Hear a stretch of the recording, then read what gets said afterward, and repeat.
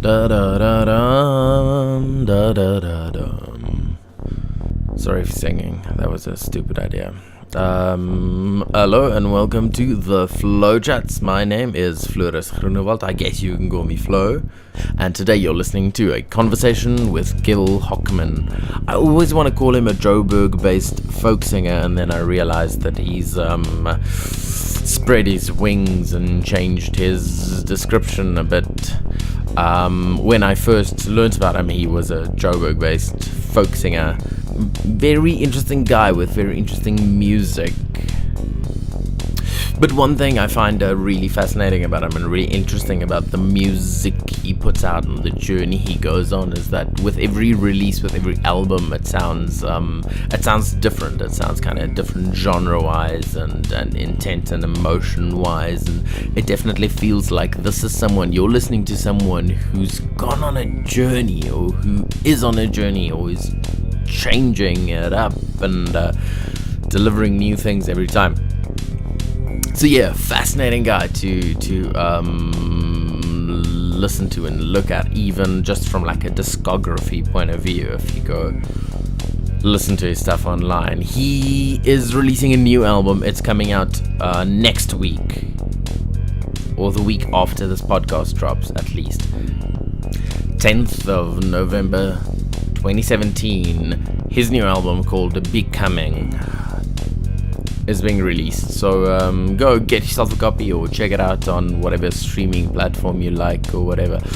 He has since moved to Berlin. I think he spends most of his time there now, so the possibility of catching a live show is not that great for South Africans, but yeah, keep an eye out. He's been returning about once a year for the last couple of years, so check it out.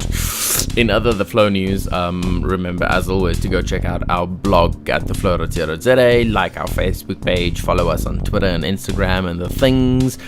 You can subscribe to this podcast if you like subscribing to things and being in the loop.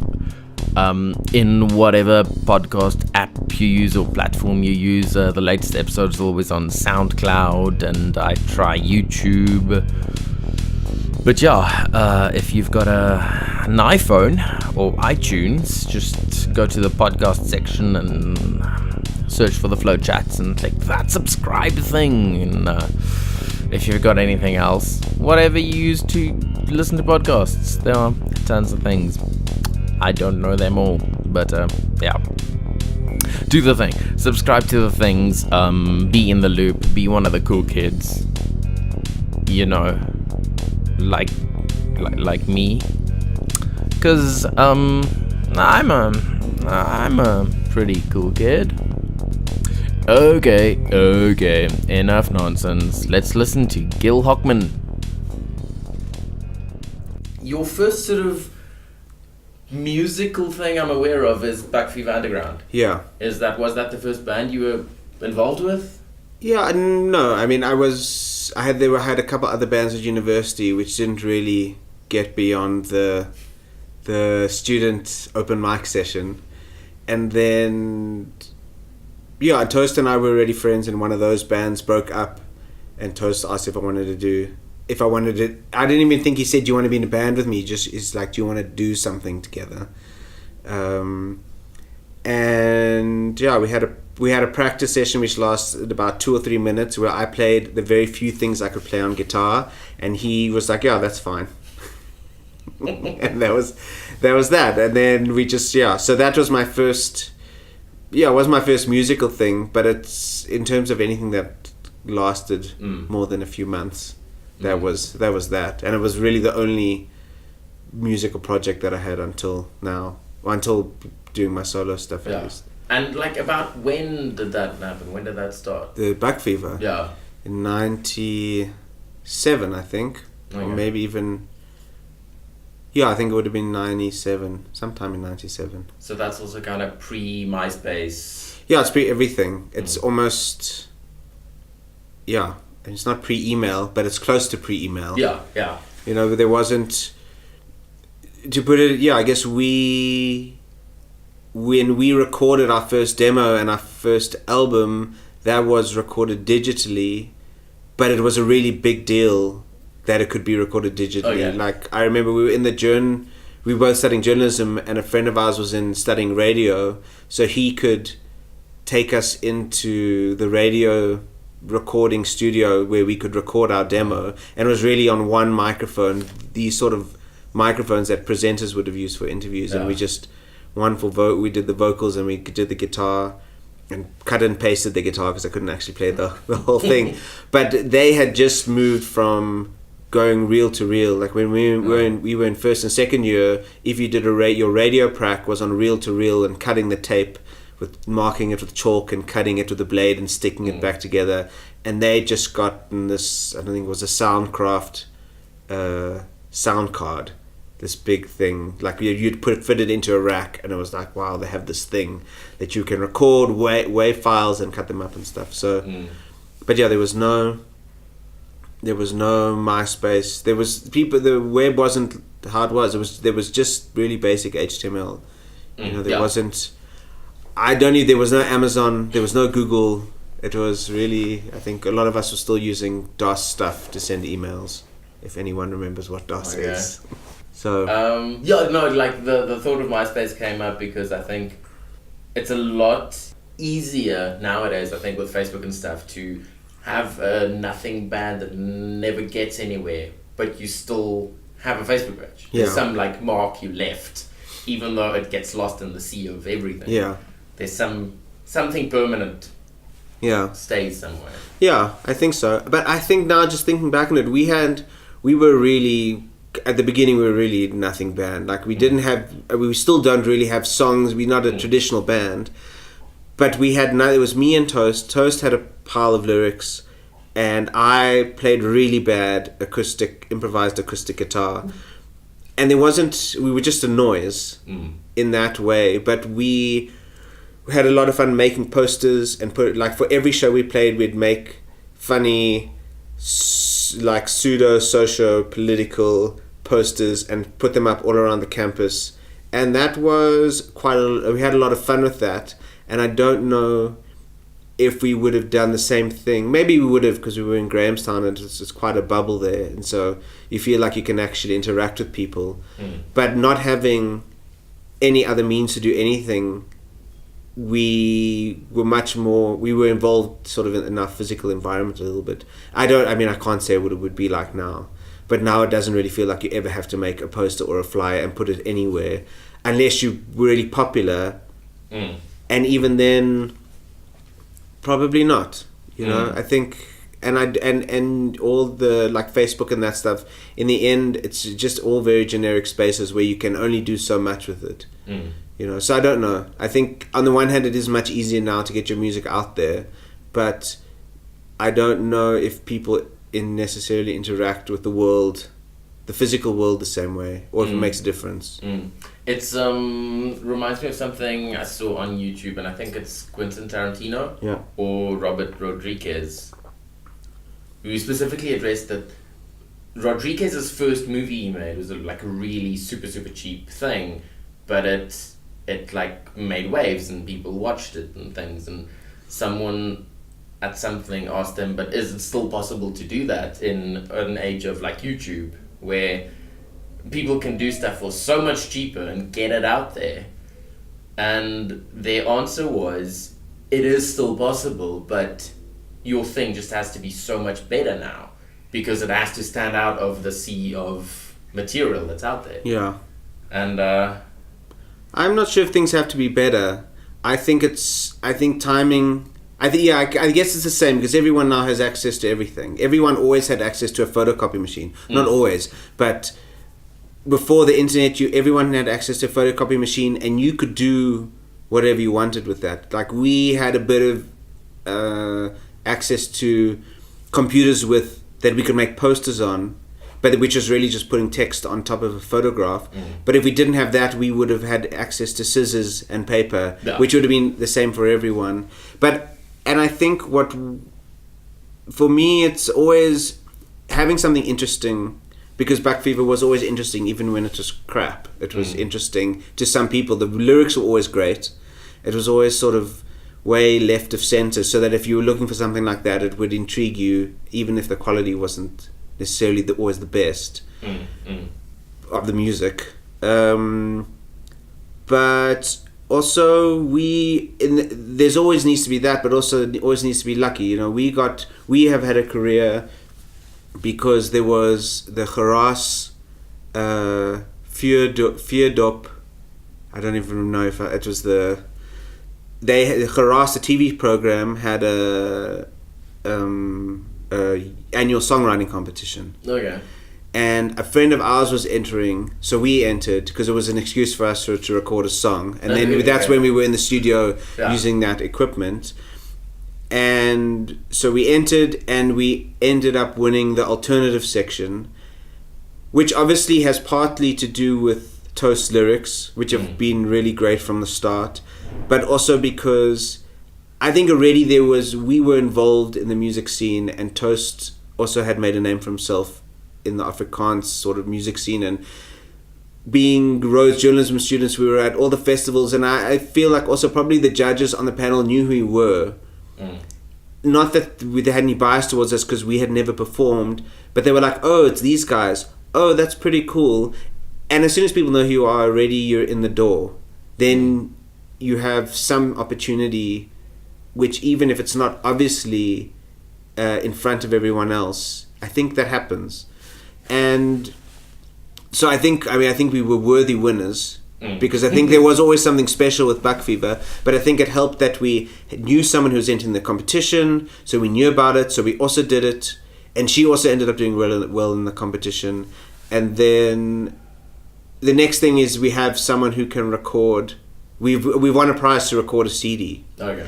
And not only that, we had to go to Pretoria or Joburg to record, and we didn't want to because we had no idea what we were doing, and we didn't want to be found out. And luckily there was a lady in Grahamstown who was the local demo studio. For anyone who wanted to record anything, they went to Corin Cooper. And so we could go there, and we convinced them to let us do it in Grahamstown, and we had a week where we were just left to our own devices, and Corin was shepherding us through the process, and we could sort of bring whatever ideas we had to bear. And so there was always whatever talent or interesting thing was happening there, but there were also other things in place which allowed us to get it to the right point. And then there's the song Die Volkes in die Kak, which is what we recorded in that session, which is if you can have a hit out of that situation, was a hit that people listened to, and it struck a chord with a lot of kids at that time. I mean, a lot, probably like 100, you know, not like thousands. But that gained enough interest for people to be interested in what we were doing afterwards, and that sort of set up a career, or the band's career, which is very non-profit, and then also us being in the media and stuff helped in terms of knowing who we needed to get hold of for promotion, all the stuff, you know, that because we had contacts with people like Gil Hockman, let us play at Opikopi in like 99. There's no ways we should have been playing there, but because it was us, and because we were weird and interesting, and because Opikopi was a bit more open to that sort of stuff, there wasn't a huge talent pool at that time. Like, I think a lot of things combined to allowing us to establish ourselves and to keep on going.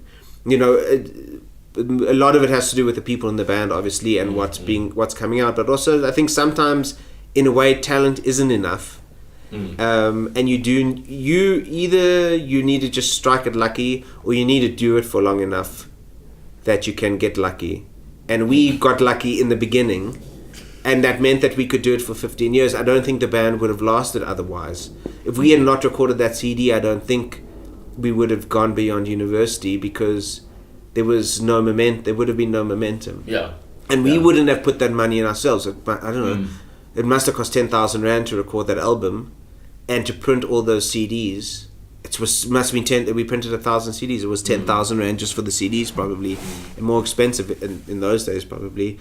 So yeah, I think and going back to the idea of the YouTube and all of that stuff, it's really cool to have those opportunities, but you still need to find that door to go through, because if you don't have any friends, if no one knows what you're doing, if you put it on YouTube, no one's necessarily going to find it. Yeah. You know, you can see, you're like, oh, it's got 20 listens, I'm not going to listen to it. Yeah. It's probably shit. Yeah, and I mean, that's also the thing. It's like your friends or people you can convince in traditional ways to go look at the thing and listen to the thing. Yeah. Is only going to get you so far.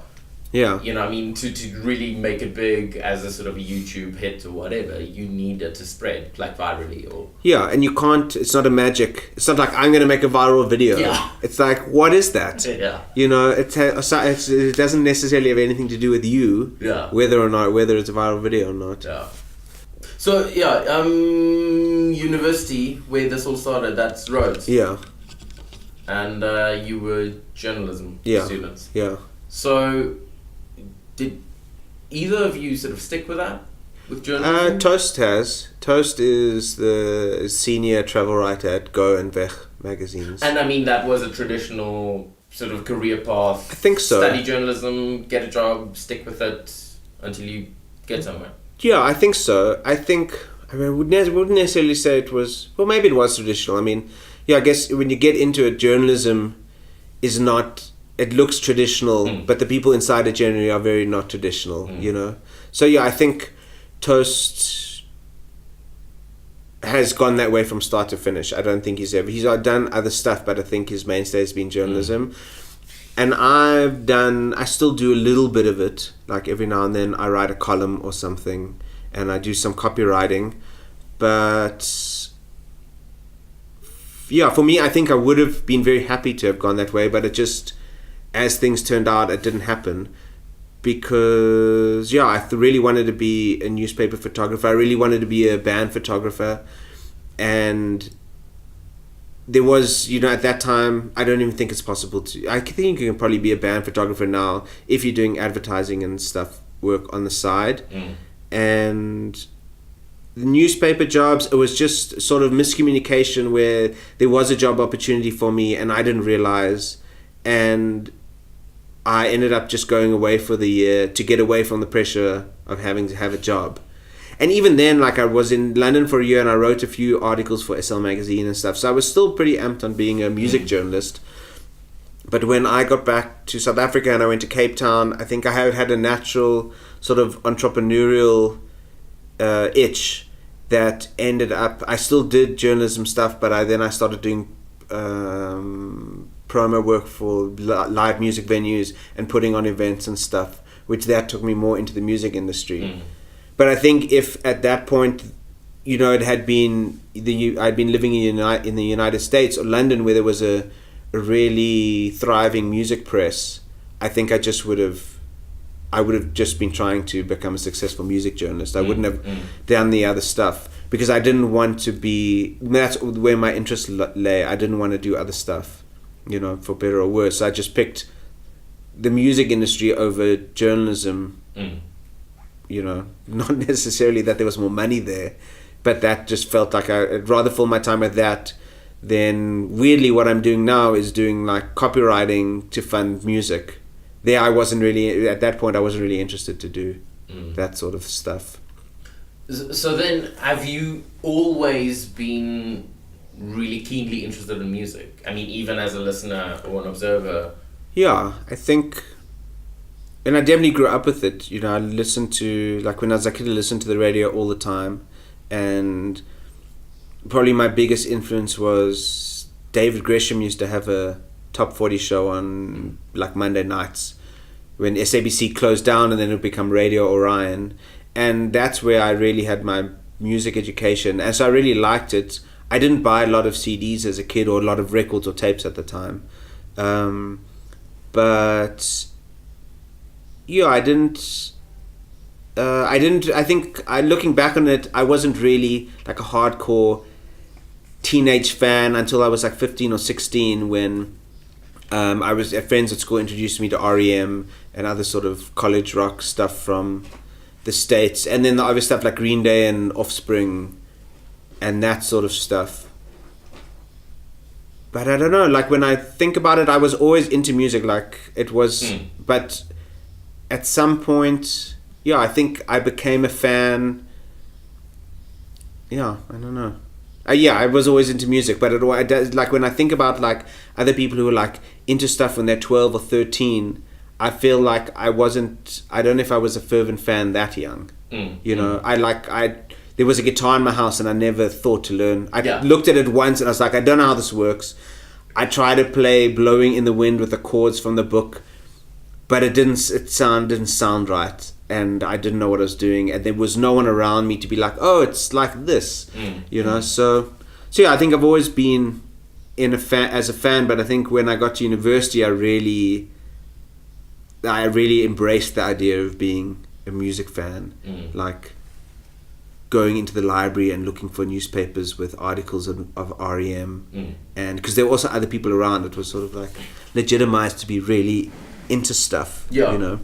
At school, I think there were a couple people who were into music and other people who were into music, but it was just, they had like the mobile disco, they were playing whatever pop hits were happening at the time. But I didn't think, they weren't like music fans. I'm sure once they left school, they didn't think about it again. So it wasn't, but yeah, I think it's always been there, but I don't always feel like I was the biggest fan around. That is sort of a part of the journey that I also find interesting, because I think in ways I was similar, that music had always been there, but it's also about age 20 that I really got into it. Yeah. And also sort of I went for guitar lessons from about 12 or so. Yeah. But I wasn't that motivated for it. I don't really know. I didn't do it to start a band or to impress girls, or there was no real sort of drive behind it. Yeah. It was just another thing to do, and which I find really lucky, actually, going 8 years later, I found a use for it. The skill I've got. Yeah. Finally it sort of paid off.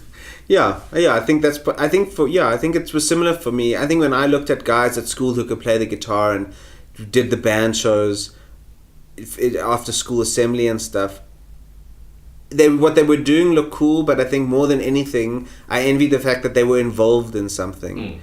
You know, there was like a little gang, or they had to practice and stuff like that. Like, I think that was... I didn't feel like really connected to anything at school, and that looked like a really cool thing. Like at school, I would be more interested in playing soccer and stuff. Like, even though like when I was a kid, I listened to Bruce Springsteen tapes like end over end over end, and when I look back on it now, that's really informed a lot of stuff for me. But I didn't see it as I didn't identify myself until until like 16 or 17. As someone who listened to music, that was probably the start of it. And when I got to university, I was like, cool, like now I'm into music. But I even remember once, I mean, this is funny, like I remember going to you had to be interviewed to work on the radio station. Nice. And I mean, I must have been gone for 2 or 3 interviews before I got onto the radio station. They were like, what music do you like? And I was like, oh, like Jim Morrison and Jimi Hendrix and all this stuff. And I didn't listen to any of that stuff. It was just like it's like, well, that's obviously like, if you say that, you listen to music. But I didn't really listen to that stuff at all. I don't even know why I said it. Yeah. But I didn't. I think for me, if it's like, well, I didn't really know where I fitted in or what I was doing really.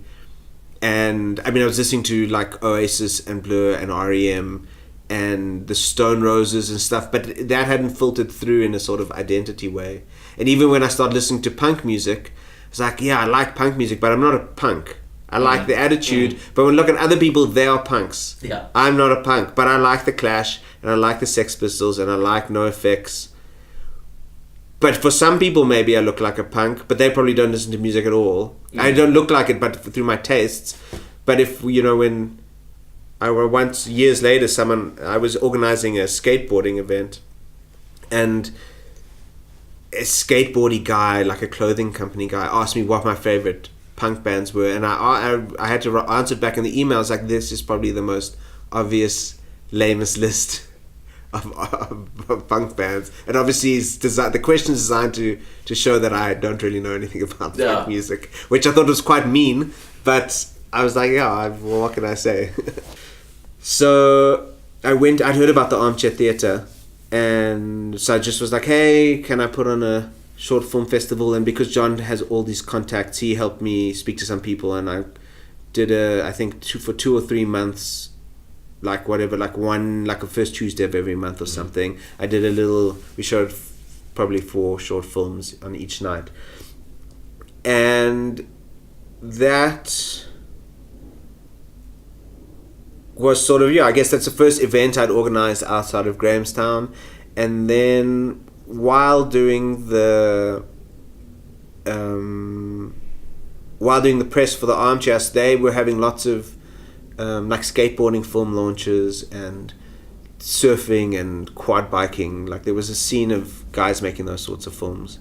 I guess it was when like digital cameras were just starting to become affordable and stuff, like mini DV and that sort of thing. And I was like, cool, I could have a festival for this stuff and have a couple bands play.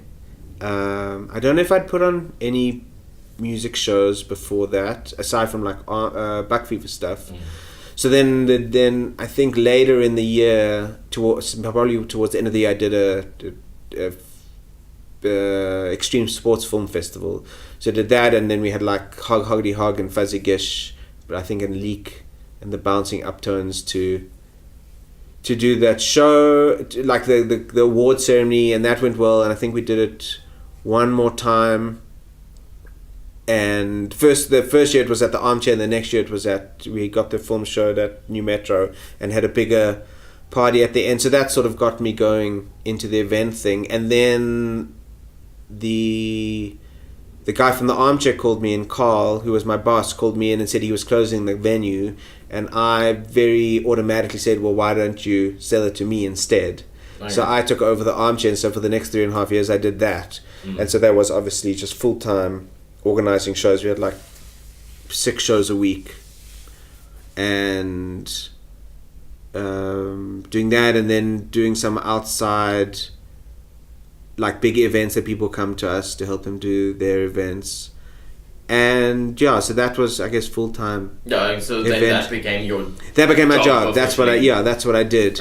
And so that's like, by the time that ended, then I had been firmly in the music industry for like 6 or 7 years. Just from the time I got to Cape Town. I dabbled with it and I wanted to be involved before, but once I got to Cape Town, I was just in there. And after that I realized I never wanted to do event production again.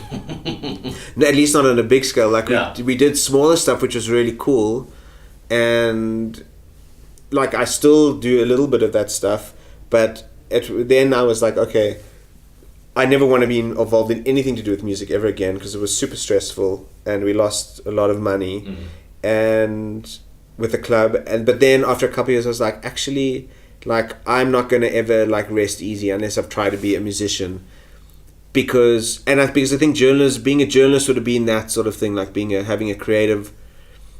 establishing a career as a creative human being. Like I was influenced by like Tom Wolfe and Hunter S. Thompson and Michael Herr, and like the idea of the Rolling Stone magazine and Q magazine. Do you like have this sort of impact for writing? But there was really no space for it. I don't even know if there really is space for it anymore.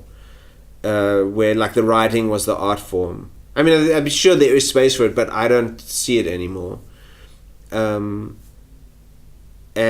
so it could have been that, or it could have been as a photographer. But at the point where I was like, okay, I'm mature enough to understand what I need to do now, I was like, I'm gonna be a musician. And then that was kind of starting from scratch from there. Because I had the Buck Fever, but it wasn't really. Again, like no expert, but it's quite a jump from Buck Fever to too early in the journey. Yeah, that's. It feels like that's a drastic. Yeah, that's a new chapter. Yeah, that's a totally new chapter, and that was So I finished. I mean, Buck Fever never stopped, but Buck Fever was always like make the most of your really limited ability.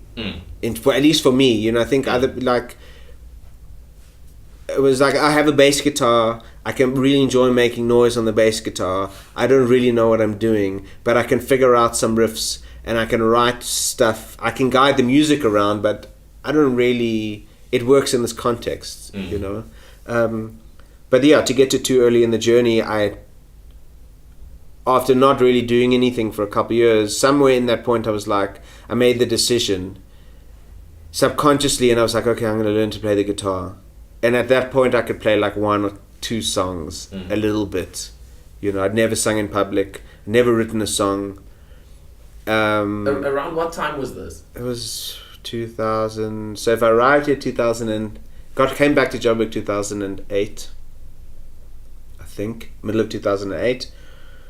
I would say probably middle of 2009. Okay. Probably when you can go look whenever Evan Dando was here Okay. from the Lemonheads, because I went to see Lemonheads concert. He was here and I went to see him play, and that was really cool. And I got the CD because I just remember that because one of the first songs I learned, if not the first song I learned, was Drug Buddy, which, I mean, it's just an easy 4-chord song, but because they'd released like the special edition of the Lemonheads album, It's a Shame About Ray, and then it was the full album plus all the demos, the acoustic demos. It's like, this acoustic version is really cool for my drug buddy, I'm going to learn that. So whenever he was here, that would be the time that started.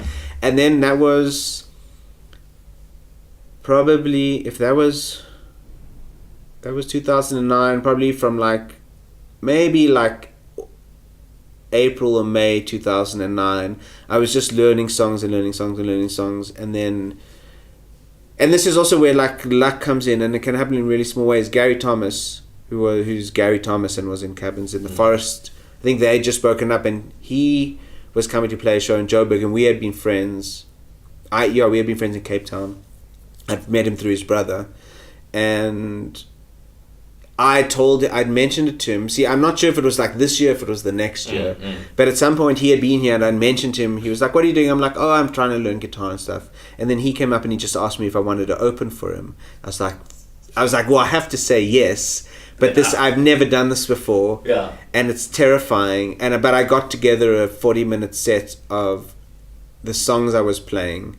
I mean, they're all covers, like Leonard Cohen and whoever, you know. And so I played that, and that was terrifying. But once I played that show, I was like, okay, this is happening now. You know, like this, the ball is rolling. And it's the same way that when I got to Cape Town and I did this film festival, like my mind immediately went to like, okay, you did this, what is the next step? You know, like, once I'd done that show, up until that point I was like, yeah, this would be cool, and maybe I could do this. So there were just these ideas floating around in my head that are just like daydreams and wishful thinking. But as soon as that happened, I was in the game, and I was like, okay, what am I doing? And then it was just like, okay, I'm just gonna play. I have to play more shows and more shows and more shows. And I was like, okay, the next show I was like, okay, I have to play 50 shows to get going. And in that time, there was a band. I was hanging out a lot with the artist Zander Blom, and he had put a band together, him and Jaco van der Merwe. And is it Jaco van der Merwe? No, I feel like I'm sorry. I need to check this. Where did I put his? He has a book. Jaco van Skalkwyk. Sorry. Okay. Jaco van Skalkwyk, you can cut that part of where I don't know his name. They had put together a band called Jaco and Z-Dog. Okay. And we were hanging out, they were like, come let's do a show together, and I was like, yeah, cool. And they're like, okay, but you have to write an original. You have to at least have one original song. And so I was now under pressure from my friends to write a song, and so I did it. And that was The Ballad of Me and the Doctor. And so that happened. Yeah, it's like funny how all these things happen, because that pushed me into songwriting, and I wrote a couple more songs after that. And then at one show,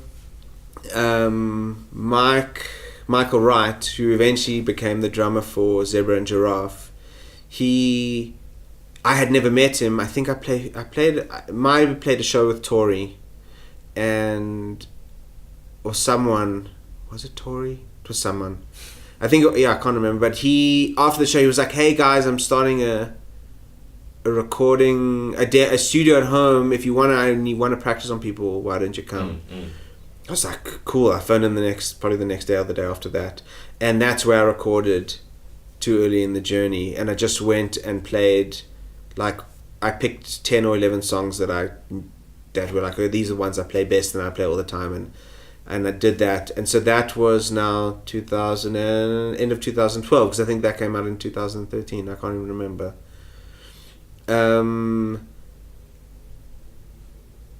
So that was the journey to Too Early in the Journey, you know, going from like playing really, like I remember just playing really badly for a while. Like I remember sitting at home, where I was living with a friend of mine down the road here, and just like trying to learn to play bar chords, and trying to learn to do a little bit of finger picking, and looking for songs that I could play, and that was kind of the beginning of that. And then it was Too Early in the Journey, and then once I had that, I was like, okay, I'm a musician now because I have an album. But then, I mean, that album was very much mostly covers. I think there's like two originals. Yeah, like there's 3 originals out of 14. Yeah, so that's all covers. So I mean, that's the start of the musician trajectory, but not yet like as a songwriter. That was, I felt like if I have a CD, I can take myself seriously. Yeah. You know, because I've had a CD and I can sell it to people. But as soon as I had that, I was like, well, I think that me and Tori had a thing where we both played 100 shows in a year. That was our challenge for the year. And for me, that was the reason for me to do that was because I just needed to get confident on stage and become a good performer. And I just needed to felt like I just had to have the shows under my belt. But by the end of that year, I was like, this is cool, but no one really cares if I'm just playing all these covers. You know, I can be on the stage now and that's fine, but I'm not really people don't take anything away from it. I didn't think they did. You know, I was like, I have to step up to the next level. But it also feels to me like it's a nice sort of step-by-step thing. It's like, totally. Get the just the being on a stage thing over and done with, and now you're comfortable with that. And then you can comfortably move on to the next thing. Where I'm sure if you just went all out, if anyone goes all out, and here's the song I wrote, now I'm putting it up in front of people for the first time, it's not only the pressure of the stage, but it's also the pressure of the judging my writing, judging my expression kind of thing. And I mean, all of that at once might be a pretty big deal. Yeah, exactly. And I think, you know, if I had been, say, playing guitar since I was 15 or 20, and I'd been writing all these songs, and I was quite confident in myself that way, it might not have been too difficult, because it would be like, well, I've just had all this stuff, I've just never shown it to anyone. Yeah, and also, I mean, if you've been writing songs for a while, I think you can compare the songs. Yeah, exactly. And you can go, okay, the old ones aren't that great. Yeah. You can clearly see these ones are better. Yeah. And have some confidence in that. Yeah, exactly. And I was like, well, if I'm going to be on stage, I want to be singing good songs.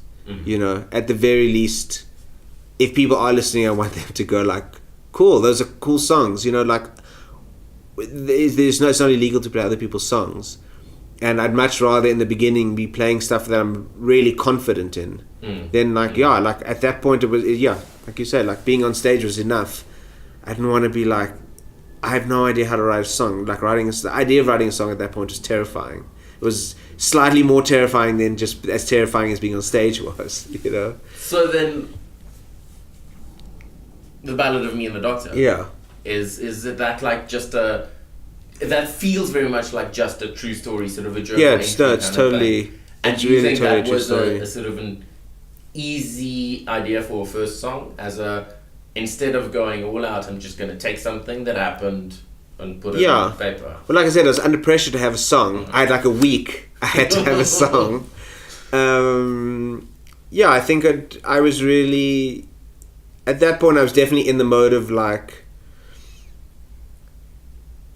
I don't know if I'm like that now, but I think at that point I was really aware of like... trying to find truths in daily reality. You know, I think I was quite aware of that at the time. And that incident had, like, this, whatever happened in that song had happened to me a couple of days before. So I was just like, well, let me just write it down and sing it. I just put it to some chords. Whatever song I happened to be learning at the time was probably like Atlantic City or something. And then I needed a chorus, and the chorus just came out on its own. You know, I didn't think of. I just started singing. I was like, oh, that's a cool way to work. You know, just open your mouth and see what comes out. But yeah, it was a lucky coincidence that I had something that was very clear and kind of non-poetic not by design but by accident to write about. But yeah, I didn't. When I started writing the song, I didn't know what the story was going to end up as being. Yeah, you know. yeah. I might have written it down before, actually. You know, I might have been like, okay, well, I was at the doctor, because, you know, but not with the idea of it being a song or anything. And then I just realized now that I've been going for this kind of trajectory in the narrative of your life. Yeah. But it feels like I'm taking a step back, because I think the next thing you released was Baby Shoes. Yeah, I think so. Which is, put the songwriting on hold again and do a cover. Yeah. How did that come about? Well, I think it was never a matter of putting the songwriting on hold. I'd written, it's the songwriting still wasn't coming necessarily easily, and I was still playing shows. So I'd play shows and I'd have my one song, then I had my two songs, then my three songs, but I was playing shows all the time. And then me and Tori decided we were going to put on a show together doing a whole lot of duets. I think that's how it came about, and that song was part of it. Actually, now that you mention, I can't remember if I was playing the song before, which is entirely possible, and then we recorded it together, or we decided to do it for the show, or we did it together anyway. I actually have no idea. But then we decided to do that, to record it. I don't even know why. But it was a cool thing to do. Yeah. I think it was like, let's just do something. I think I was. And then, I mean, you knew Jay from before. Yeah, I knew him from Armchair Days. Yeah, so it was I think the first time, I guess, you're covering your friend's song. Or... Yeah, kind of. I mean, I didn't think of it as a kind of friend's song. I just think it was a super cool song. Yeah. You know, I really loved it, and I think we got to know each other better as the longer I've been in Joburg and we'd seen each other around. But yeah, it was obviously cool to do a song by someone I knew. I mean, I consider him to be a super songwriter, so it wasn't. I thought of it more. I was thinking of it more as a songwriter. It's really cool to do a song by someone that you know. Yeah. But I'd also try to do a few South African covers as well. I'd really done Hillbrow and Shot Down, and I never recorded it, but I used to play Machine by Chris Letcher. But yeah, then we did that song, and I think at the time I was trying to make another album, and I'd done a Kickstarter campaign which hadn't worked, and so it definitely was in my mind to do some more recording, whether or not. Yeah. I wish I could remember that. It's so weird that I can't. So, one thing that I find really interesting about that recording, and also sort of looking at the trajectory, the sort of the overarching story of your recordings, is the first one was pretty much, I think, guitar and vocal throughout, just simple like that. And then Baby Shoes, it was the two voices and cello, I think. So was there something specific that motivated going slightly bigger, or... It's probably just like a natural development. I think I always even from the Buck Fever stuff, I really liked the studio experience. I like putting stuff together, and I think at the time I had probably already started making demos for my next album at home, which were all originals. And that ended up being the next EP. But I'd started to get a vibe for having different stuff there and having different parts. So it was nice. And the cellist Hannah is a friend of mine, and we had just been jamming together and writing. We wrote one song together, and so it was sort of this mix of maybe just being more confident as a musician, and then becoming friends with Tori, and we toured together, and so that I think it just grew into something. And I guess always like my natural instinct is just to look to do something with that, and put it down or get back into the studio, because another release would mean that I was one step forward. I don't know if that's necessarily what I was thinking at the time, but that's definitely how I tend to think about stuff. It's like, okay, what's next? What can I do with this? Oh, we sang the song together. Maybe we sang the song together. I was like, we should, that's cool, we should record that. That would be a cool thing to do, And then like get the remixes and put the single together and get it out there and just get other people involved. So I think if anything, it's just showing that like a growing confidence in the fact that I'm a musician, and now I have my one album. I did it. It wasn't a disaster. Some people said they even liked it. So now it's cool for me I'm doing stuff at home. So now it's cool for me to take a next step. Yeah, and I mean, so that one also was.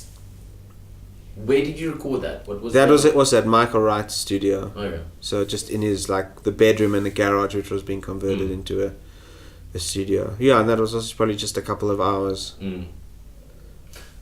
Okay, then you mentioned the next EP, which is All the Things. Yeah. Which is that sort of a result of the failed Kickstarter that you mentioned? Yeah, the Kickstarter didn't work out, and then I was in Cape Town probably for some shows or a wedding maybe, and it was when One Time Airlines closed down, so I ended up stranded there for a week, around the corner from a friend from the other half from Andy Jamison, who was the other half of Cabins in the Forest. Okay.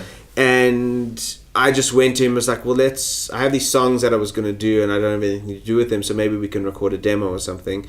So we did one song in his house which came out nicely, and then later that week we just recorded the rest of the EP because I was now stuck in Cape Town for a week. And yeah, so that came out of that, and that's mostly the production is all his. Like he really did a really great job on it. And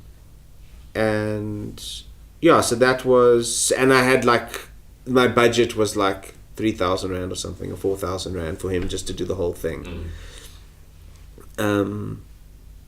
But yeah, that was what was supposed to be that album, was just an EP, but it was a really cool EP, but I didn't have money to print it, so it exists only on Bandcamp.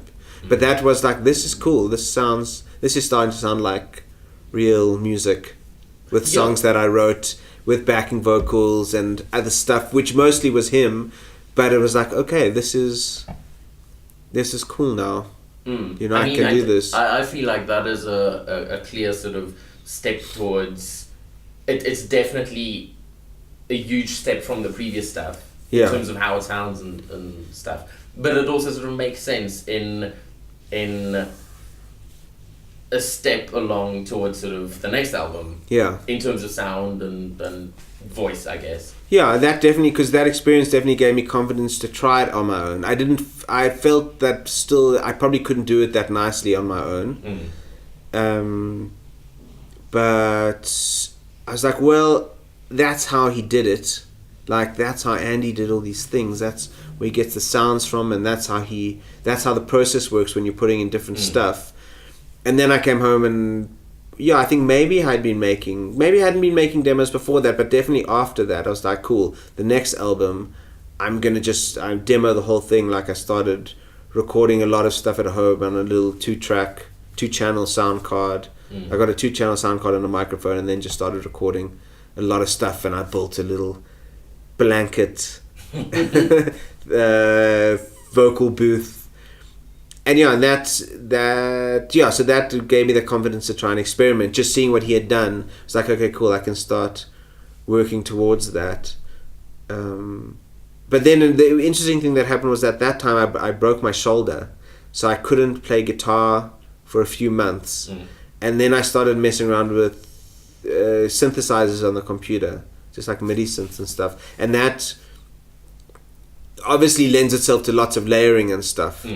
And so it was like those two experiences that really set up Dolores, because suddenly it was like, cool, you can do this stuff. I'm like, I see how it works now, so I can try and do it at home. But not only that, I'm now getting into all these other sounds, and I'm writing songs not even with a guitar.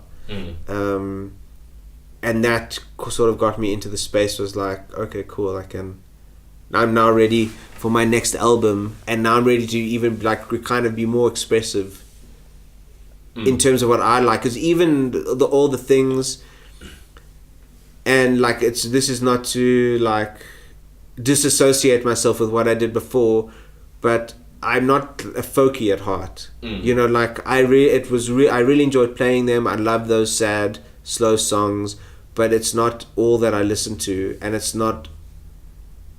I looked at what other people were doing, and I was like, they're into this. Like Tori is far more into that, and say someone like Julian Redpath, I guess those are the two musicians I'm closest to, are far more into that stuff, even though we've always played shows together, than I am. You know, I'm like, now I'm getting close to what I'm doing, which is more, I guess, a bit more poppy and a bit more electronic, still melancholy and not particularly fast. But just finally with Dolores, it's like, this actually is more of a collection of what I like, as opposed to just a collection of what I can handle at that point in time. But I really like that stuff, but they were efforts to get me towards something, even if I didn't know what it was at the time. Which, like, I think that's part of the feeling as a listener, that it feels more like, I think, your voice. I'm not sure why it feels like that to me, but I think there's an element of maybe, I don't know. It's obviously sort of gotten somewhere from, if you look at all the recordings. In terms of there's a path, and every album sort of sounds different, or every release sounds like something new. But I think it also feels a little sort of autobiographical or personal in ways that maybe the previous things haven't felt that much. Yeah.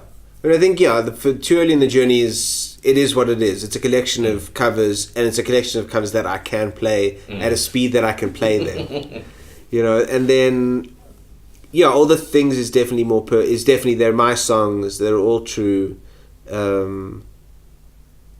And that's kind of the emergence of me as a songwriter. But even from the beginning, I think why it didn't bother me to record an album of covers, because like this is also true, like it's autobiographical in terms of that's where I was at the time. And I like the idea that each album is a progression, and I'm not wedded to a particular style. And I'm sure in 10 years time I'll be like, well, I'm not really a whatever at heart, you know, because now I'm doing this thing, and I'm not really in anything at heart, except that I want to be an artist who can make stuff, and that hopefully has a career out of that. And whatever that happens to be, I'm not that fussed about.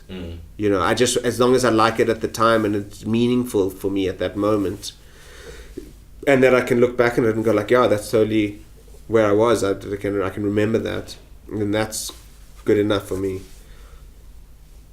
You know, doesn't have to fill a genre or anything. Which I also feel like that's going to be a sort of a more natural expression if it comes from a sort of more natural place. Of just not minding restrictions or anything, and I think that's also part of the advantage to being solo. Definitely. You're not gonna suggest something or come with a song that doesn't fit into the band because you are the band. And I guess some bands are more open to that and other things. But I think it's just an attitude. I think some people they don't have that progression, and that's also fine. And some people have a much slower progression maybe. But I think for me, I really like the progression, and I don't. Maybe there comes a point I'm like, I like that, I'm going to do it again. You know. But even I can hear it in Buck Fever as well. We recorded an album a couple of years ago, which is never going to get released. Mostly because it just sounded like the one we did before. And it was just like, it's just not great. You know, it's just, it just doesn't. You just don't feel like you've achieved anything. You know, it's just like, yeah, the songs are okay. There's nothing special about it. It feels like it's just leftovers, which, yeah, for me, I want to be kind of excited about it. And like, oh, this is... Yeah, I mean... Definitely would not have done this before. I think also because for me, tied up in it all is that I'm so late in the game to be a musician. I want to feel like to be able to see that my skills and understanding have improved each time. You know, for some people, I think that's not a problem. They're working in a context and exploring that context. And I think for me, I'm like, I want to be able to be like, I did that thing that was totally different to the last one, which I couldn't have done on the last one. Yeah, yeah. You know, so... So then, the last one. Yeah. The album title, I think, comes from the newspaper review for All the Things, where the journalist said I had a dolorous voice, and a story which I've told now hundreds of times was that I didn't know what dolorous was, but it sounded cool, and I looked it up and it was an expression of pain and anguish. I was like, that's perfect. And just for fun, I was like, I'm going to call my next album. I wrote to her and said, I'm going to call my next album that. But yeah, it fitted. You know, like the album's just like a breakup album. Those songs are all like that. It fitted really well. And yeah, there was one. I had a growing collection of songs, and on the last day, on one day, I wrote 2 songs, and the second one was Dolorous, and I was like, well, one of them was the song Dolorous, and that just tied the whole. It probably didn't have a name. I probably called it Dolorous because I didn't have a name for it. Yeah. And that was also the moment that that album just was like, it's tied together. These are the songs. That's done. I can record it now. And it also kind of makes sense as a collection, Yeah, I think so. Yeah, there's a bit of you can find a little bit of a story that flows through it, but they're all like different angles on the same idea, and also different styles and stuff. But there's lots of variation, but it feels like it ties together quite nicely.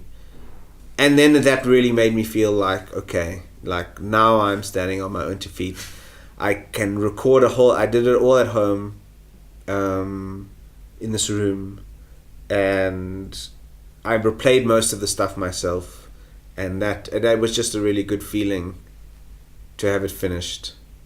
I'd be like, cool, I can do this. But then with that one, you recorded everything yourself, but there was still a crowdfunding campaign. There was a crowdfunding campaign. So then also that was successful. It's like, cool, the first one didn't work out at all. Now I know sort of what I should be aiming for. And then I kind of just went a bit more than that, so that was cool. So that worked, and but then what was really cool about it is that now I have the album. I need to change. I was still playing just acoustic singer-songwriter shows. I was like, well, I can't do that anymore. I don't want to do it anymore. And then at that point, I had gone to Berlin for 3 months. So the album came out when I was in Berlin. It was delivered to me in Germany, which was really great. And I would just a couple of things happened because the album came out, and then I was playing gigs in Germany, a few that I'd managed to book a bit before. And that was just a sort of the Germany thing was that a trying to take my music elsewhere and see if it sticks? No, weirdly, actually, I was, even though like I felt I was developing as a musician, I was super disillusioned about just playing, because by that point I probably played close to 200 shows in South Africa, and I was like, this is going nowhere. No one is interested in what I'm doing. My friends come now and then, but I can see why, because it's just depressing. I like it, but it's just depressing. It's slow, depressing music in a market where no one's really interested in that. You know, I know the people who are interested. I like them all, but I know there's not that many of us. I understand that part completely. Yeah. And I'd had a lot of freelance work at that time. I was like, I'm actually just gonna give myself an adventure, because I don't really have anything else going on. I'm just going to go to Berlin because I have some friends there and I can go and stay with them, and I'm just going to go and have a good time. And I was like, and actually I'm not even going to take my guitar with. Like, I'm not interested. I want to just have a break and have a holiday. And then as things went on, I was like, what am I doing? Like, I should just play a couple shows, even just to say that I did it. Because it would be like a total waste of an opportunity of just for the thing to be like, I played some shows in Europe. Because before, actually, for the years before, I'd been like, let me try organize a tour to Europe. And every time I tried, it was just like, this is too expensive. I never had a lot of money. It's like, I can do this, but I'm going to be fucked when I get back. I'm going to have no money. It's going to be super depressing. And I'm going to hate the fact that I did that. I'm not going to enjoy it. And so for a couple of years in a row, I'd been like, okay, this year, I'm going to do it. And I was like, from my experience with the armchair, and like, I got really badly burnt there, but I developed a very sensitive stress meter of like, if you do this is a bad idea. You will put yourself into a hole that would take you a couple of years to get out of. So it always looked at like that until one point where I suddenly had money in my bank account. I was like, I can actually, without thinking about it, I can just go buy a plane ticket. And then once I had the plane ticket, and I bought the plane ticket nearly a year before my trip to give myself enough time to save the money. While it was happening, I was like, well, now I can do this tour. I find it's a funny way how things happen. Like, certain decisions, they can seem really important, but you know that if it doesn't work out, you're going to be screwed. And at another time, the same decision to do exactly the same thing, you don't even think about it. It's not even a big deal. You just, I'll play a couple of gigs, whatever. It's not a big deal. Where before, I would have had like days and days and days of existential angst before going, don't do it, because it'll be a bad idea. And then suddenly I'm like, I'll just do it. It's fine. Because my life situation has suddenly changed. And so then I started mailing. Then I was like, well, let's start mailing people. Googled best live venues in Berlin. And by the end, by the time I got that, mailed a couple hundred people. And I'd managed to get, I think, 8 or 9 shows. So then I was in Berlin, and I started playing these shows, and I met, there's quite a cool little scene there. I mean, it's a lot bigger scene than here. But like anything, it's just people. It's not, the people are no different from us. Some of them are better, some of them are worse. There's just a lot more places to play. And then I sort of had this similar feeling like what I get from Tori or from Julian. I'm like, these guys they're into this, and that's why they're better at it than me. I could play, and the audiences are really receptive, and they clap after your show. But I noticed the really big difference, especially say at an open mic night, which there can be really well attended. Everyone goes up and plays 2 songs. The audience is great. Everyone gets a nice round of applause afterwards. But people who have something else going for them, their applause is different. There's a different energy. People are like, that is amazing. As opposed to like, yeah, that's really cool. Cool, thanks for playing a couple songs. And I was like, that is what I want. And I don't have it now. As an acoustic guitarist, these other guys who are into that genre and can really get deep into it, they can get this sort of reaction out of that. Or people who know enough about what they're doing to have a backing vocalist, or I just saw different things. I saw some people who were like drummer and guitarist with synths and loops and stuff. And I was like, these guys, they have found their own thing, and that's why people like them. It's not necessarily being good or competent at anything. It's like you have to find your thing, and then you have to find something special about what you're doing for people to be really impressed. And I was like, okay, I can't be this acoustic singer-songwriter anymore, because I will never be the most noticeable person. Except for maybe singing my cover of Gin and Juice, which is always a winner, but that's not going to get me very far, because I don't think I'm going to write songs like that. And it's only funny because I didn't write it. So then I started thinking, what am I going to do? And I had a couple of friends who were in a band, just the 2 of them, and they were using samplers and stuff. And I saw a few other shows, and I just realized this thing that I said, that you have to have something going on. There's the songs. I think what I realized was that you had to, people who stood out either had phenomenal voices or were phenomenal songwriters, or were phenomenal guitarists, or they had something, they had another vocalist or another musician who just elevated the performance. And you have to have something like that. You know, I saw Alice Phoebe Lou performing on the street, and it's like she has a phenomenal voice. I'm not into the music, but she doesn't even have to write songs, really. She could sing whatever she wants, and people are going to pay attention, because that's just where it is. Yeah. You know? And some people can have really poor songs, and they just have this bombastic performance, and you're just like crazy for them. It doesn't matter, you know? And so I was like, well, I have to have that. And then I started looking around for what I could do. And then I settled on like the loop station and the synthesizer and an electric guitar. And I got all that stuff. Just before I left, I bought the loop station and synthesizer and came home. And then, especially because now I had a body of work that I could convert. I didn't have to completely reimagine everything. I had it. Yeah. I just had to learn how to play it properly.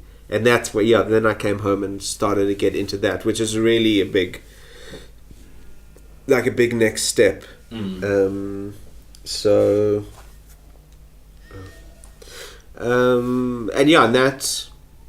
that's kind of the beginning of that whole thing. The Berlin trip, for many reasons, is sort of I'm now at the end of that. Like that was the beginning of the whatever stage I'm now at the end of, because now I've been there like 5 times, and I've written a whole new album, and I'm trying to finish it in the next few weeks, which is all grown out of that experience of playing a different kind of show, and having a different, like, knowing that now I'm trying to move into a world where there's a lot of opportunity as a musician, but I've just done enough that I have a foundation. You know, I have people, I have some venues I can play at, I have a couple people who have come back to shows, like really a couple, but I've played probably 70 shows in Europe, and I'm now confident that wherever I go, people respond positively to my show, even if there's 5 people in the audience.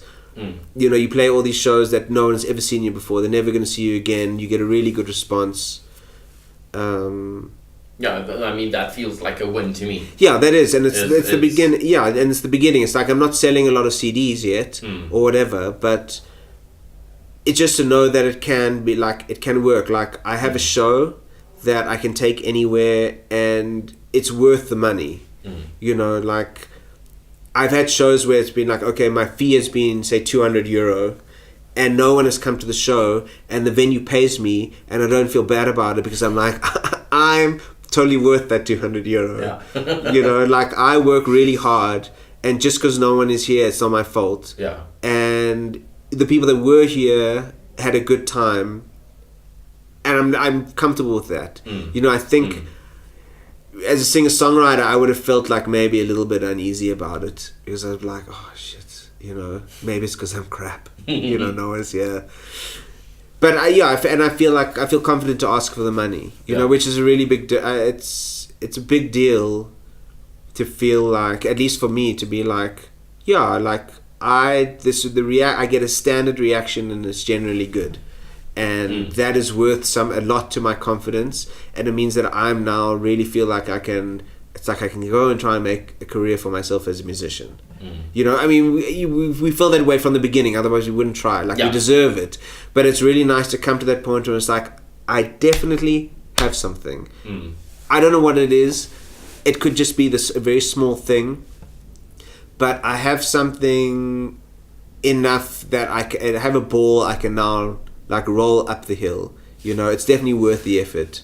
And it's been all these years of stuff to get to here.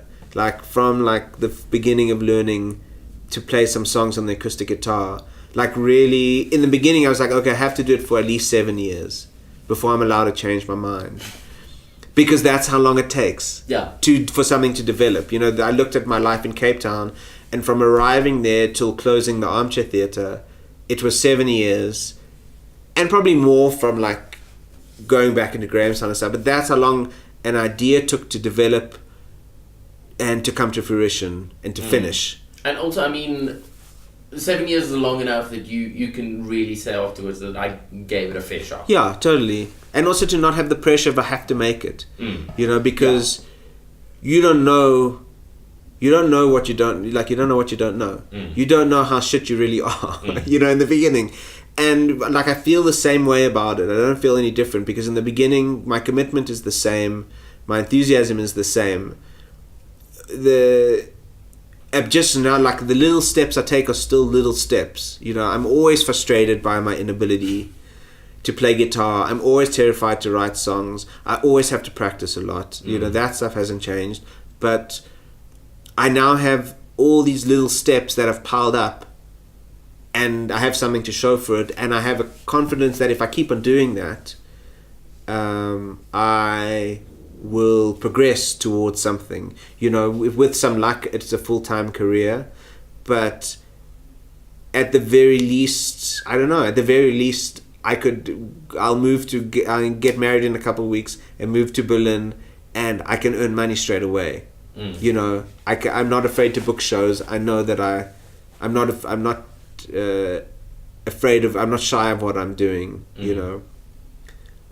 But I feel like I've set a good example for myself in terms of what I can achieve. You know, if I can get from there to here in 7 years, which in some respects is long, but it doesn't feel super long, then if I cast forward another 7 years, like that could be really awesome if I keep the work level up. Yeah.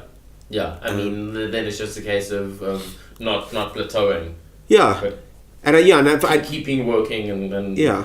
And I don't think I'm good enough to plateau. No. You know, like now I'm like sitting, like I was joking with my fiance, like I really had to do this album, and I was doing anything to distract myself, playing computer games or whatever. So I deleted all the games, deleted Facebook and Instagram off my phone, got rid of everything I could possibly do to distract myself from the album, and the first thing I start doing is learning new songs on the guitar, which are completely irrelevant to my project now, but they're songs I would not have tried a year ago. Yeah. You know? And I can very quickly get into a learning routine and a practicing routine, which now is second nature. And I'm like, this is what I do. Do it like this, do it like this, do it like this. I'm not worried about the fact that I can't play the song today. I know that tomorrow I will not remember anything I learned today, but in a week's time, I'll remember it all. You know, that's just how it goes. And yeah, it feels cool to have come to that point. Like I'm confident in my abilities to progress, and that I have something already. So, yeah, in that respect, that's really cool.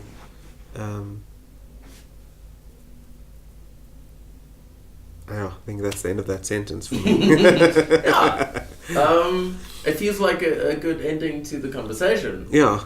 But just before that, next album, it's coming soon? The next album's coming soon. In best case scenario, it will be recorded by the end of this month. There is a chance I might still have to do something in January, but the songs are there. I'm like on the second draft of all the songs, and they'll probably need a third draft, and then I'll do the vocals. And yeah, it's done. It's really it's all I'm doing, well, just about all I'm doing at the moment. And yeah, it's ready, and I feel like it's a good progression from the last one. It's another step forward. Again, I don't know how I'll play a lot of them when the album is done. That's another challenge. That's another challenge. Yeah, I feel really good about it, and yeah, it's set up to be done. It's not lyrically, it's different. Musically, it's different. I don't think it's dramatically different musically. I think it's still obvious. If anyone is paying attention, it's still me.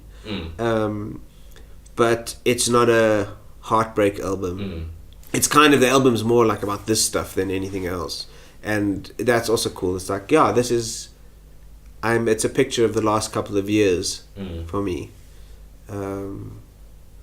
Yeah, and it's cool. It doesn't have a name yet. I don't know. I have an idea what it'll be called, but I'm not sure. Not ready to put it on a recording.